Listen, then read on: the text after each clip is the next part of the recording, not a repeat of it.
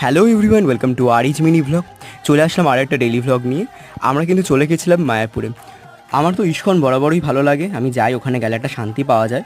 তো সেই জন্যই আমরা চলে গেছিলাম মায়াপুর। আর আমার সঙ্গে ছিল এবছর রূপ, মধু, আর এইদিকে ছিল প্রেমপ্রীতম। আমরা অনেক দিন ধরেই প্ল্যান করছিলাম যে কোথাও একটা যাব, গিয়ে একটু ঘুরে আসবো। তো হঠাৎই প্ল্যান হলো যে আমরা একটু মায়াপুর যাই। আর এই দিন দেখো এত সুন্দর আকাশটা ছিল যে বলার মতোই না, মানে আলাদাই একটা শান্তি পাচ্ছিলাম।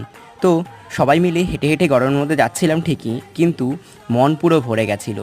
কারণ একই ইস্কন আমার খুবই পছন্দের, তার উপরে আকাশটাও এত সুন্দর। তো দেখো, তোমাদের একটু দেখাচ্ছি ভিউটা কেমন লাগছে। আমার তো বেশ ভালো লেগেছে। আমরা ফার্স্টে গিয়েই গদা ভবনের টিকিট কেটে নিয়েছিলাম প্রসাদের জন্য। তারপর আমরা চলে গেছিলাম ইস্কনে, কারণ রাধা মাধবজির ভোগ আরতি হচ্ছিল। তো সেগুলো আমরা প্রচুর মজা করেছি, সেগুলো দেখেছি, উপভোগ করেছি। এবং